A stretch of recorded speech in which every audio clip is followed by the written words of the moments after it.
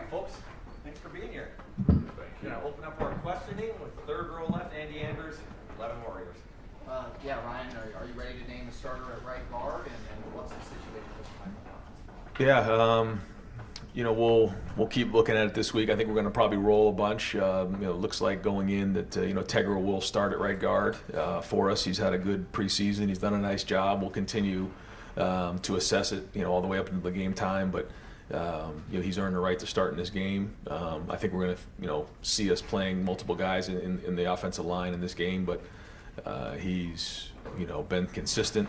Now he's got to go put it on the field and play. Fourth row right, Spencer Holbrook, 11 in a row. Ryan, at linebacker, are you guys going with Sonny to start the game, and how do you figure that's going to, is it going to be like the right guard where you guys roll with you guys? Yeah, we're going to play multiple guys at linebacker, but Sonny has separated himself for sure, and we'll start at will linebacker for us. He has done a nice job in this transition from safety, and when you move up, the game moves faster. It's just quicker, and he's changed his body, and the reps that he got in the spring really helped. And I think he's done a good job of communicating. He and Cody work well together, but you're also going to see Arvell in there. You're going to see CJ in there, Gabe. These guys are going to get reps, and we'll try to play as many guys as we can in this game.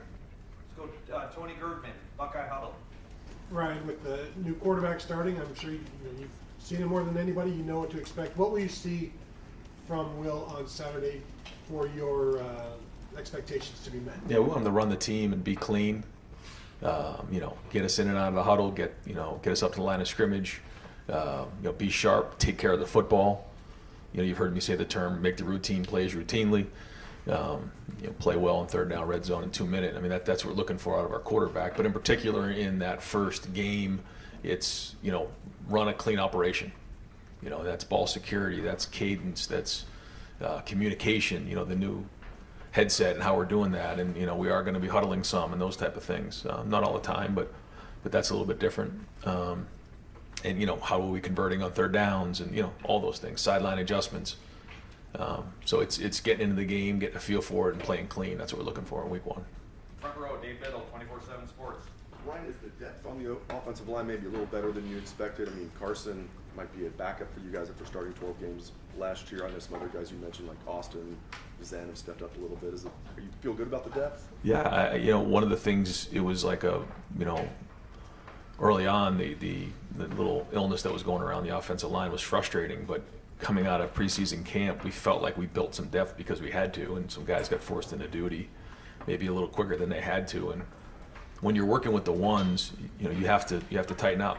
All the things technically that you're getting away with, maybe with the twos and threes. When you're blocking Tyleek and Ty and those guys, you can't get away with that stuff. You better figure it out fast. And because of that, we have built more depth than we expected coming out of preseason. So that's been a positive.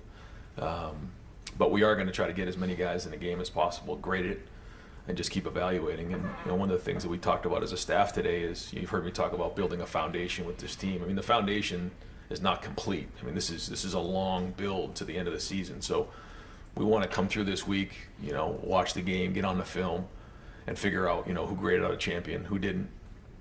But ultimately, we want guys to play really, really hard in this game and get it on film, start to make the corrections. When you're in preseason camp, there's a lot of assumptions you make.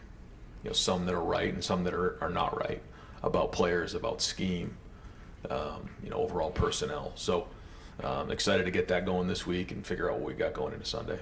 Real quick, Tegra's a pretty soft-spoken guy. How did he take the news that he's going to start on Saturday? He's just going day to day right now and working. I think that's what's been good about the offensive line is, guys have been, working at it every day, and we've moved some guys around in there. Even as of this past week, we've shuffled it up a little bit just to kind of see guys move in different areas. We know we have to build depth going throughout the season, so I think it's going to pay off for us. But he's been workmanlike. It wasn't like he's knocking on anybody's door and saying, what is my situation this week. He knows that if he continues to play the way he is, he's going to be a starter for us and be a huge contributor. But it's consistent and consistency that we're looking for out of him. But he's been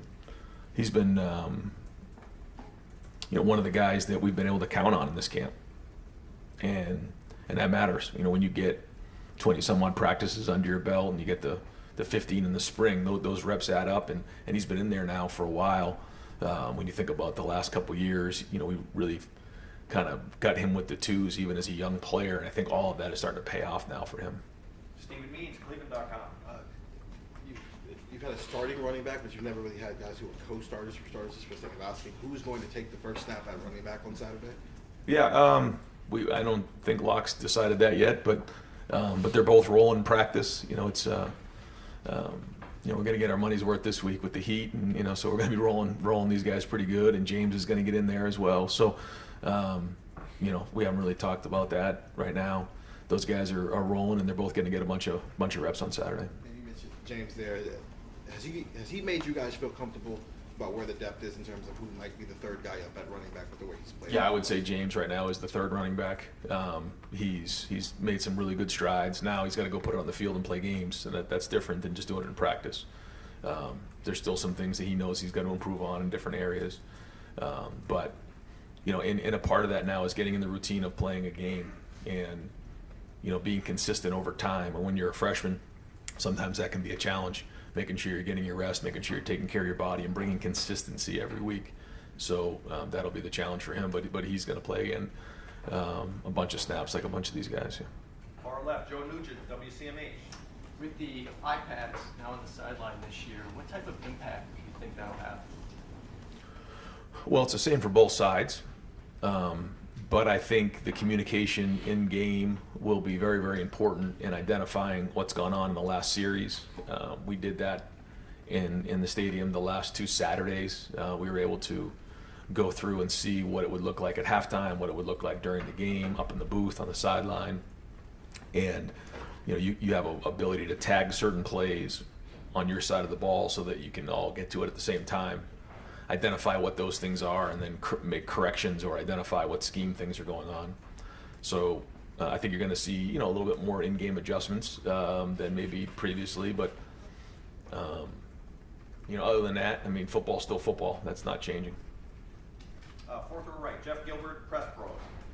Coach, in regards to Will and his mental approach, he's in a position of a team of expectations, goals higher than he's probably ever been around.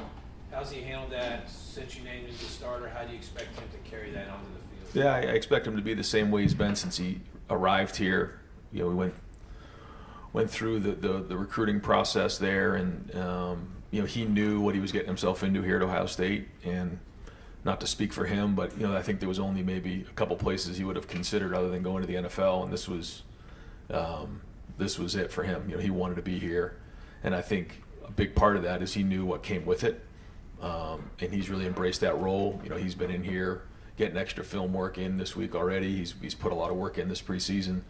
So, we ask our quarterbacks to do a lot here, and he's embraced that part of it. So he's got a good look in his eye this week, and I think he wants to get on the field and get started.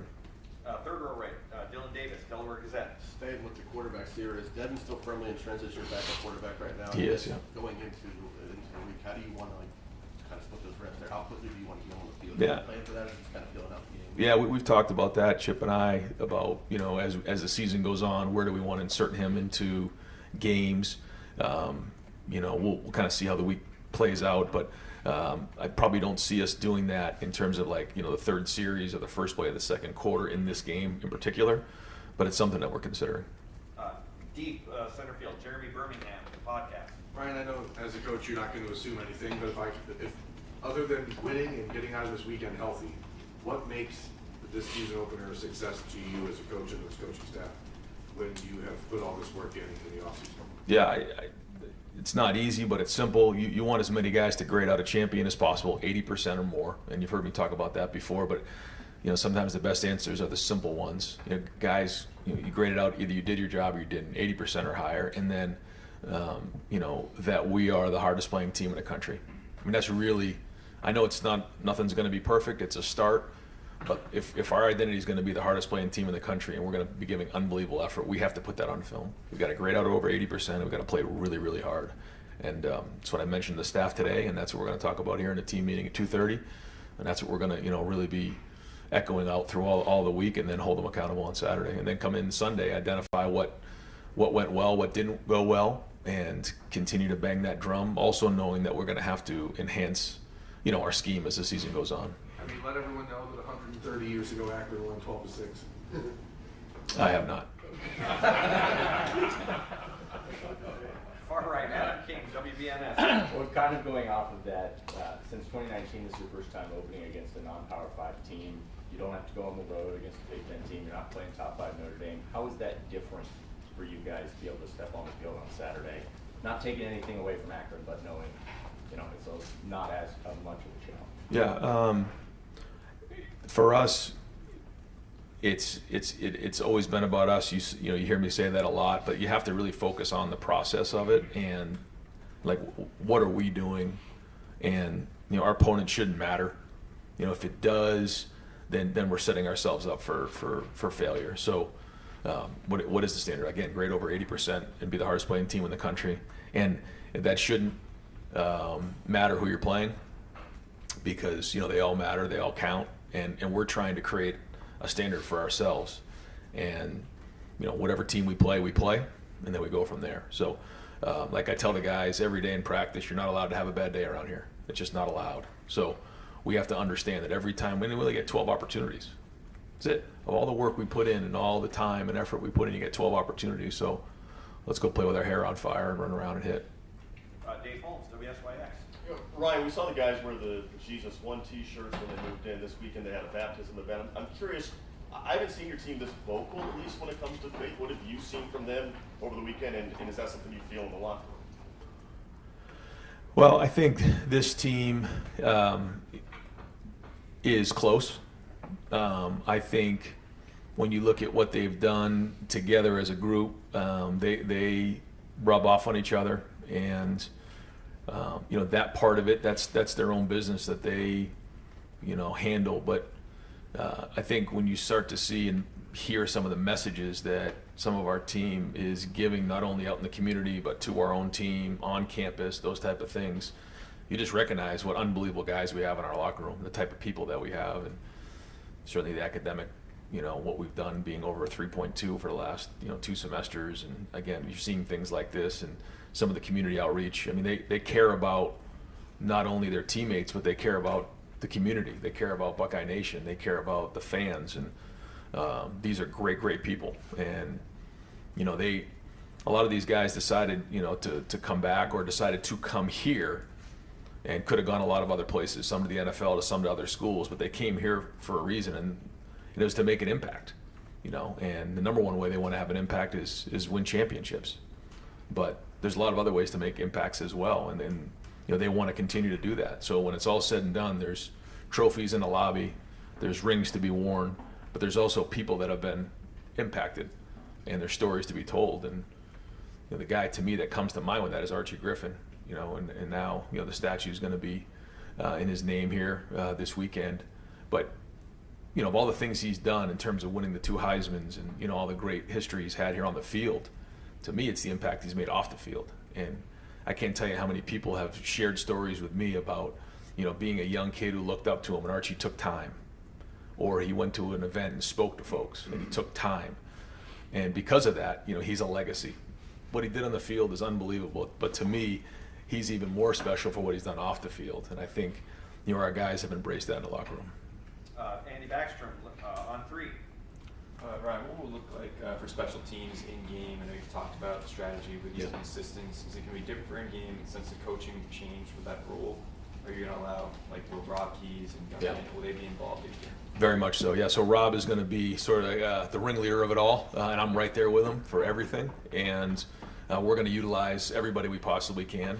Matt Guerreri is running the punt team. James Laurinaitis is doing the kickoff. Brian Hartline and Keenan Bailey are doing both the return units, kickoff return and punt return. But we got everybody involved. Tim Wallen's been a big part of this. Each of the coaches have been very much involved with the special teams here in the preseason. So Rob is the point person. He's the one who's going to help game plan and organize, meet with the individual group. We met this morning with the entire staff who was involved with special teams, went through the game plan in all 4 phases. But then when we get on the field, I'll be involved in terms of the substitutions, making the calls with Rob, but then getting feedback from each individual coach. Cameron T. Robinson, The Athletic.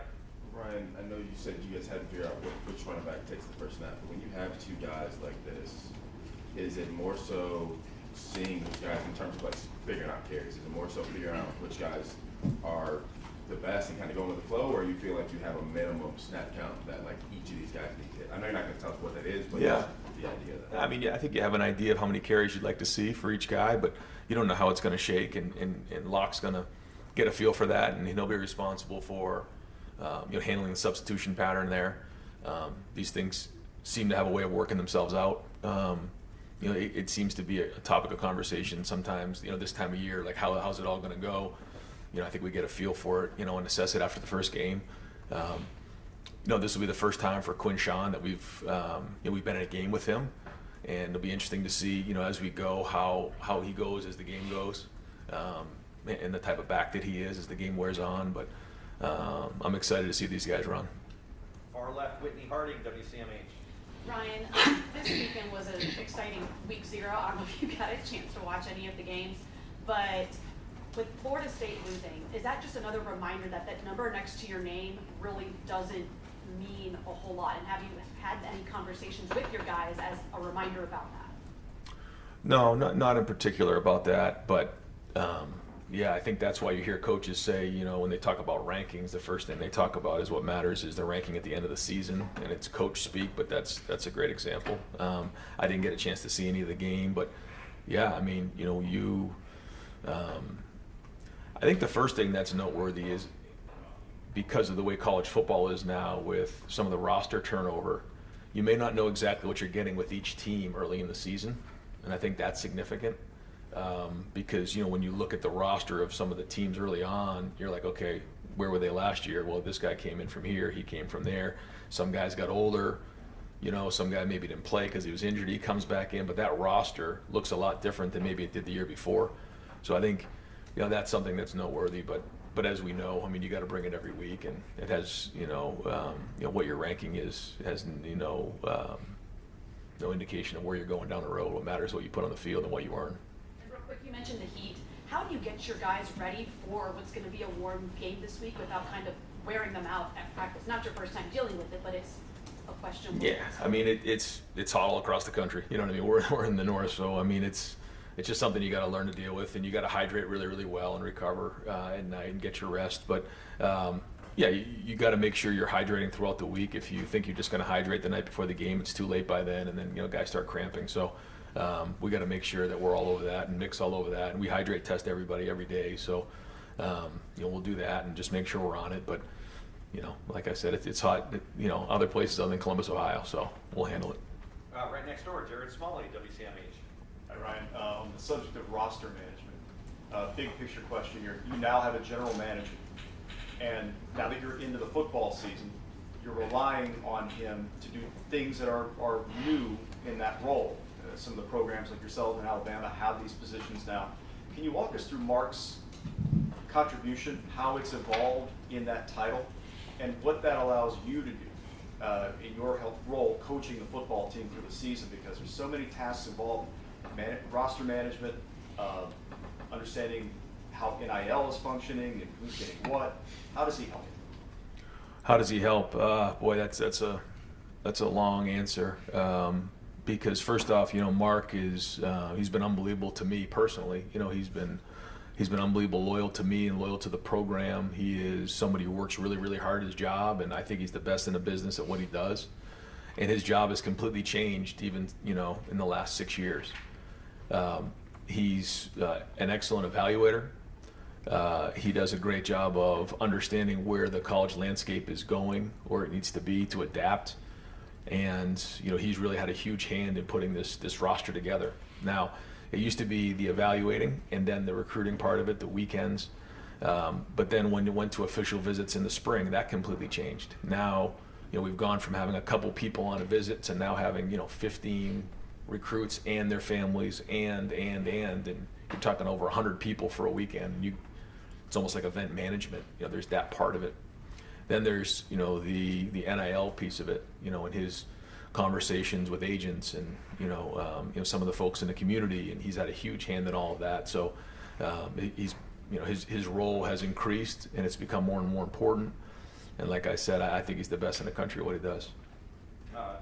Steve Hellwagon, 24/7 Sports. Yeah, Coach, can you give us a breakdown of like Chip Kelly, up or down, like how that's all going to look, where the coaches will be stationed and all? Yeah. His plan is to be up in the box, and I think for him, being able to get organized up there, he's got the tablet up there, he's got his call sheet up there.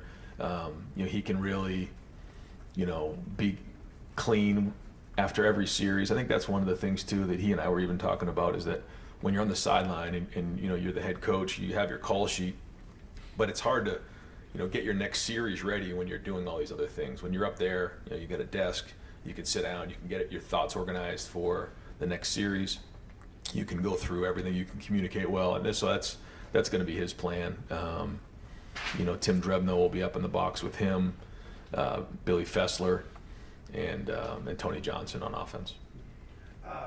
Wide receiver, we've asked about a lot of positions, who's starting.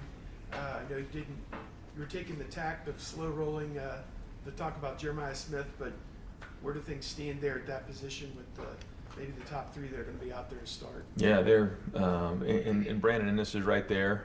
Bryson Rogers, Kojo Antwi, Jaden Ballard. I mean, you'll see all these guys play.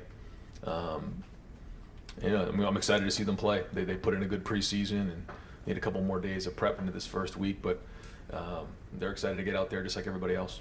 You think Jeremiah will be out there at the beginning? Yes. Folks, we've got to keep it at one question or we're not going to get everyone in. Pat Murphy, 24/7 Sports. Ryan, since the 2 losses 10 last season, it seems like you guys have just been building towards this. And I know you mentioned earlier that this build continues. This doesn't end anything. But to get to week 1, to get to a game, to kind of get back into that rhythm after an off season of talk and whatnot, just how much is there the excitement and getting things rolling? Yeah, we're really excited. And that's kind of what we said.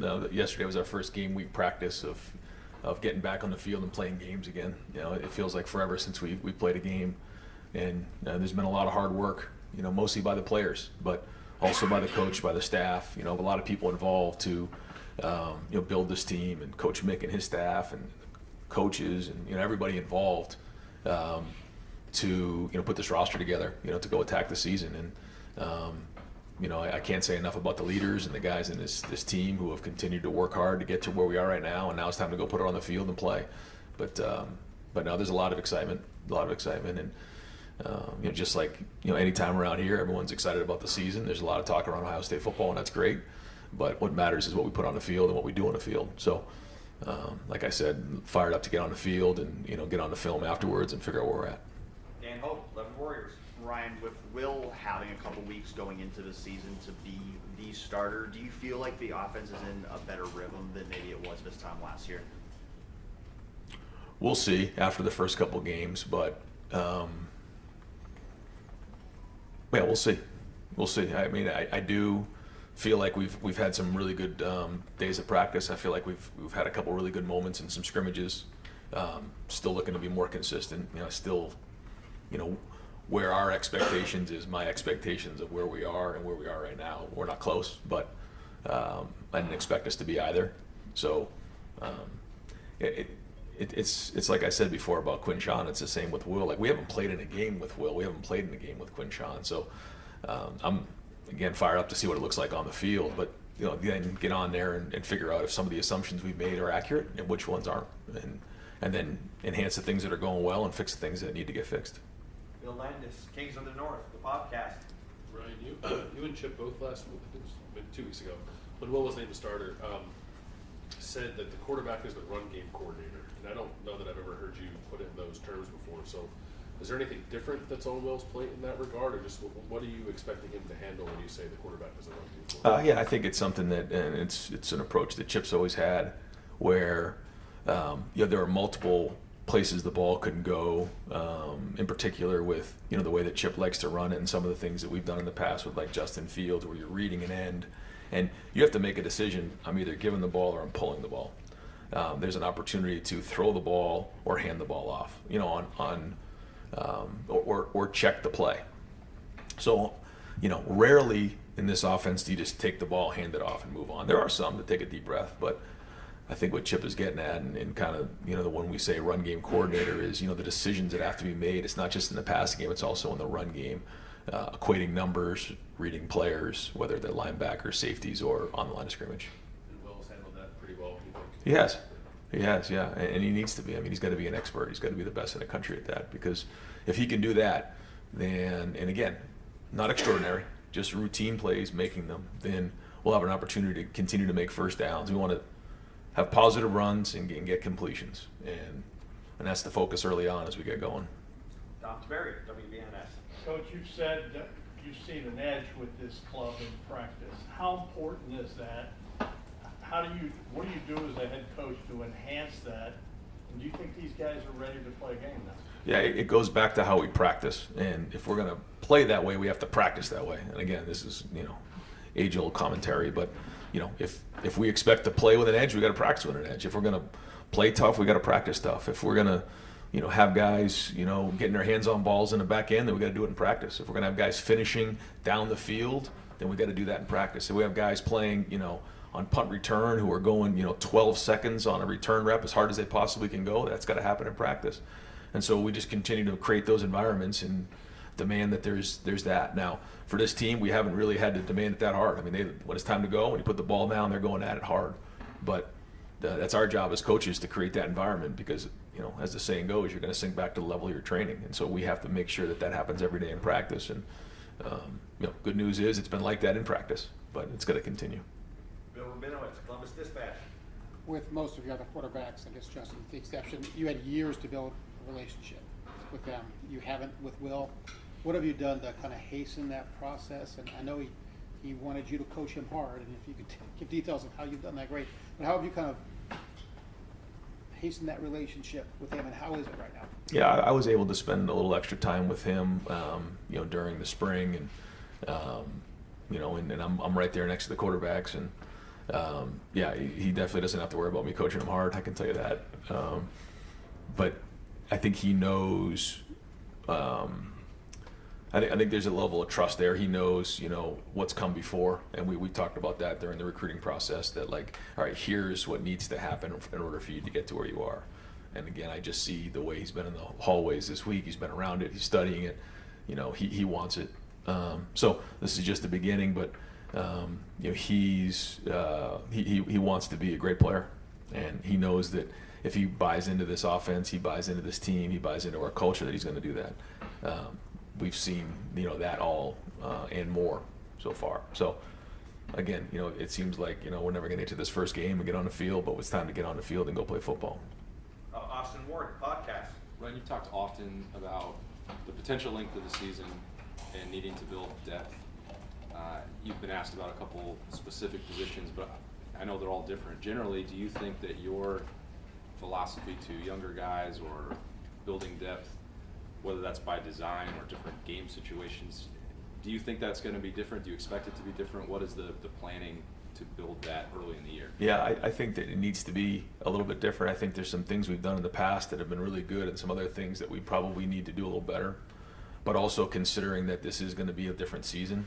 So I think that leads you to, there's some things that we need to do to make sure. And sometimes, you got to go put them in the game and, kind of hold your breath. But it's the right thing to do, because you just never know how these things are going to go. So, again, whether it all happens in the first game or not, who knows? But philosophically, we got to get guys in the game, and we have to prepare guys to get ready, because, that run down the stretch is going to take everybody we got. Joey Kaufman, Columbus Dispatch. Ryan, now that you've had a full preseason run up to practice with the helmet communications and all that, how has that gone? How do you anticipate it just being a factor, and what have you kind of learned from practicing with it? It's different. Yeah, it is different, and cutting it off at 15 is significant. Making sure that we have a plan for if it goes out, which can happen at times. When we were in the NFL, I remember that would happen sometimes. You've probably seen in some of the games where it goes out for 30 seconds, and that can get you out of whack fast. So just those type of communications. But I think it's allowed Chip to communicate in particular situations really well with the quarterback. What's it down the distance? What can we expect here? Those type of things. and then getting feedback from the quarterbacks on, what is too much information. So it's been good, but, the day-to-day has mostly been just, in practice. The two that we've had were mock scrimmages. We turned it off at 15 to really get a feel for that. So, we'll get the call in early and get them lined up and go from there. To clarify, will Chip solely be the one talking to Will, or will you be able to talk? So I have it on me, which we did the other day, and I just realized that. I said, well, I don't know if that's good or bad for you, but so I do have the ability to get on there and talk to him, but I'm mostly going to let Chip do that. And final questions, Tim May podcast. Thanks, Jerry. Three-parter. Number one, will you watch the Connor Stallions piece tonight on Netflix? Number two, what is your favorite moniker going into this year? Is it Hair on Fire, or is it Leave No Doubt, which you said in Indianapolis, which was kind of stirring, to a certain extent? Mm-hmm. And then number three, what do you want most? Now, I'm asking another number three. A lot's being made of the $20 million mark that Ross threw out there and stuff nationally about this roster, but you had a lot of guys come back, et cetera. And just what's your take on that kind of like hanging over this team as it heads into the year? Yeah, so no. What was the second question? What's your favorite moniker? Hair on Fire? Yeah, I like Leave No Doubt? Yeah, Leave No Doubt is something that when you again look back at kind of where we've been and coming up a drive short, a play short, and you can't leave it to one drive. You can't leave it to one play. You just can't. You have to leave no doubt. And that's it. It's like whether it's a prize fighter going down to either knock them out or leave it to the judges. You can't do that. And so that's been something that we've talked a lot about. Mick has hammered it in the off season. We still break down some of our meetings that way. We have to do that. So that's probably the one this year that we've grabbed onto the most. And then our team. Every year the expectations are high. We've talked about this for years, and there's been a lot of teams, a lot of talent, a lot of great teams here. So that's nothing new. And so our focus, and this team has done an unbelievable job of just putting one day in front of the other and going to work. And that's about to start here. So I think our guys have had a good preseason. I think they're focused. I think they know what's important right now, and that's what we're going to do. We're just going to focus on trying to play the best game we can on Saturday and build from there. And that's all we can do. You know what I'm talking about the $20 million thing is some people, best roster money could buy type thing and stuff. Does that bother you that that's out there? Well, I think, sometimes, things are said, but when you look at our guys, they're here because they want to be Buckeyes. They're here because they want to win championships. They're here because of each other, and to see, what they did the other day on campus, to see the impact they're making on people. Like, they understand what it means to be a Buckeye. They understand what it means to win a championship here. And that's the most important thing to me. The other part, there's a lot of changes in college football, and we're going to do everything we can to adapt and make sure that we're doing our part. But there's been a lot of hard work to put this roster together, and that's great. That's what we're supposed to do. We're doing our job. But to me, it's about these players, and that's the number one thing for me. And that's what allows me to put 2 feet on the ground every day, is envisioning, these guys and these players, hosting trophies and winning championships. And I think it's the same way with our entire staff. Great. Thank you very much.